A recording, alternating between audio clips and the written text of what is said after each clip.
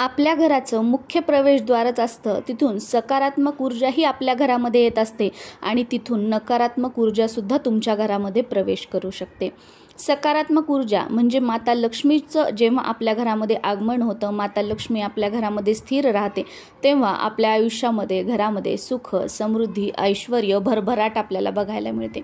पण ज्या वेळेला नकारात्मक ऊर्जा म्हणजे अलक्ष्मी आपल्या घरामध्ये प्रवेश करते, त्यावेळेला सगळं असूनही त्याचा उपभोग आपल्याला घेता येत नाही. नवरा बायकोमध्ये भांडणं, घरामध्ये व्यसन, कोणाचं कोणाशीही न पटणं, घरामध्ये भरभराट न राहणं, कर्ज वाढत चालणं, सतत आजारपण घरामध्ये राहणं, अशा बऱ्याच समस्यांचा सामना करावा लागू शकतो.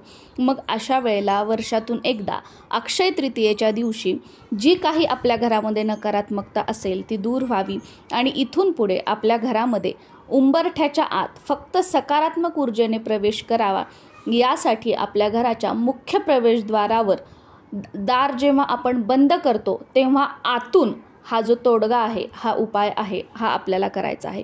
तुम्ही मागच्या वर्षी किंवा नवरात्रीमध्ये हा उपाय केलेला असेल तर तो उपाय, तो तोडगा काढून तो विसर्जित करायचा आणि या अक्षय तृतीयेला नव्याने हा उपाय करायचा आहे. यानंतर परत नवरात्रीमध्ये करायचा, परत अक्षय तृतीयेला करायचा.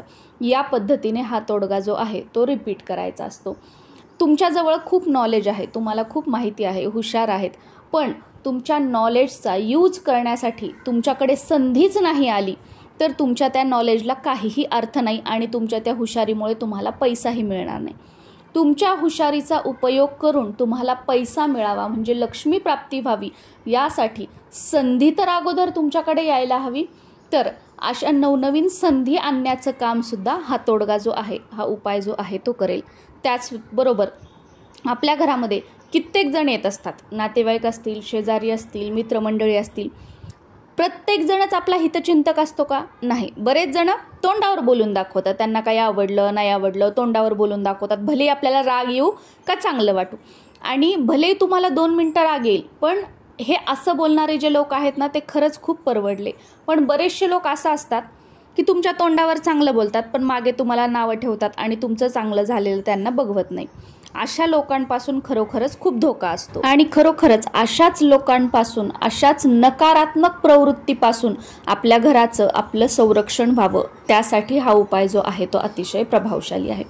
तुम्हाला मासिक पाळी आलेली असेल तर तुमच्या घरातील इतर मंडळींनी हा उपाय केला तर चालतो, पण तुम्ही नाही करू शकत. सुतक असेल तर हा उपाय करू तुम्ही शकत नाही, मग तुम्ही येणाऱ्या नवरात्रीमध्ये हा उपाय करू शकता. या उपायासाठी तुम्हाला 11 किंवा 16 लवंगा लागतील. समोर फूल असलेल्या 11 किंवा 16 लवंगा तुम्हाला घ्यायच्या आहेत. देवघरासमोर बसायचं आहे. अक्षय तृतीयेच्या दिवशी सकाळी तुम्ही हा उपाय करा. आपली देवपूजा वगैरे झाली की त्यानंतर हा उपाय करायचा आहे.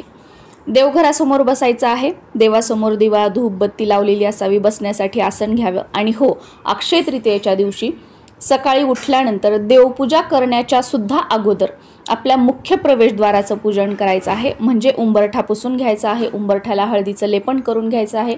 छोटीशी का होईना दारामध्ये रांगोळी काढायची आहे. आंब्याची पानं मिळाली तर दाराला आंब्याच्या पानाचं तोरण लावायचं आहे. त्यानंतर मुख्य प्रवेशद्वाराला कुंकवाने स्वास्तिक काढायचं आहे. या बेसिक गोष्टी आवर्जून करा. यामुळे सुद्धा आपल्या घरामध्ये सकारात्मकता प्रवेश करते आणि नकारात्मकता आपल्या घरापासून दूर राहते. याच्यानंतर कंटिन्युटीमध्ये तुम्ही मंगळवार, शुक्रवार, गुरुवार, पौर्णिमा, अमावस्या या वारांना, या तिथींना उंबरठ्याचं पूजन करू शकता आणि दरवाजाचं या पद्धतीने तुम्ही पूजन करू शकता. देवघरासमोर बसल्यानंतर आपण ज्या लवंगा घेतलेल्या आहेत त्या आपल्या उजव्या हातामध्ये धरायच्या, सगळ्याच्या सगळ्या लवंगा, किंवा एखादी प्लेट घ्यायची, त्या प्लेटवर लाल कपडा ठेवायचा आणि त्यामध्ये या लवंगा ठेवायच्या आणि त्यावर आपला उजवा हात ठेवायचा. हा उजवा हात ठेवल्यानंतर सुरुवातीला गणपतीचं स्मरण करायचं आणि त्यानंतर 16 वेळा महालक्ष्मी अष्टकम किंवा 16 वेळा श्री सुक्तमचं पठण करायचं आहे.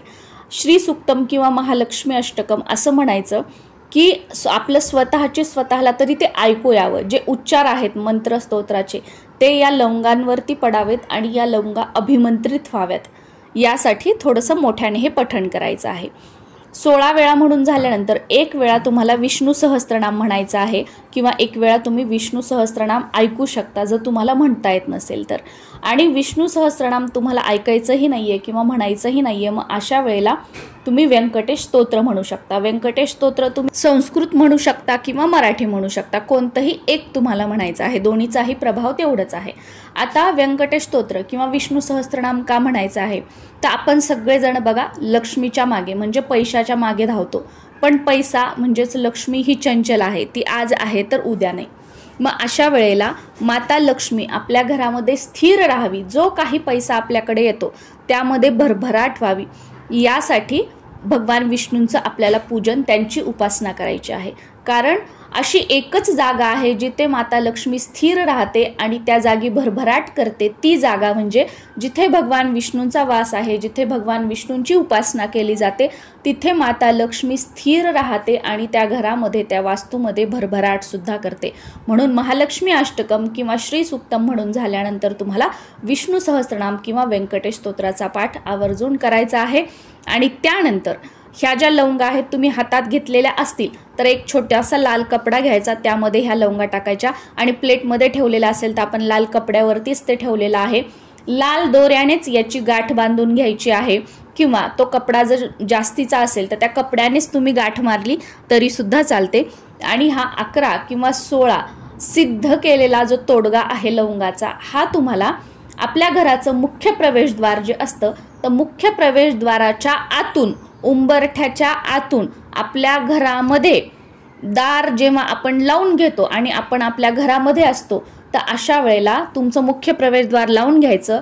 तुम्ही तुमच्या घरामध्ये जसं आपण घराच्या बाहेर जातो तसं उभं राहायचं आणि दरवाजाच्या आतून मध्यभागी, वरती मध्यभागी, ना उजवीकडे ना डावीकडे, मध्यभागी हा जो तोडगा आहे किंवा ही जी पोटली आहे ती तुम्हाला बांधून घ्यायची आहे. कशालाही तुम्ही वरती बांधून शकता, किंवा तुमच्या दरवाजाला जर पिरामिड लावलेला असेल तर त्या पिरामिडवर मध्यभागी ठेवली तरी सुद्धा चालते. मध्यभागी का ठेवायची, कारण जेव्हाही कोणी आपल्या घरामध्ये प्रवेश करतं तर तेव्हा आपण ना एका कोपऱ्याने येतो ना की दुसऱ्या कोपऱ्याने, आपण मधोमध किंवा थोडंसं इकडे तिकडे. तर जेव्हा त्याच्या खालून त्या व्यक्तीचं डोकं आपल्या घरामध्ये प्रवेश करतं, डोकं त्या तोडग्याखालून जातं, तेव्हा त्या व्यक्तीच्या मनामध्ये जीही काही निगेटिव्हिटी असेल, नकारात्मक भावना असेल, ती हा तोडगा जो आहे, लवंगा ज्या आहेत त्या शोषून घेतात आणि तो व्यक्ती सकारात्मक भावनेने आपल्या घरामध्ये प्रवेश करतो. त्यामुळे दरवाजाच्या मध्यभागी आतून हा जो तोडगा आहे तो बांधायचा आहे किंवा हा ठेवायचा आहे.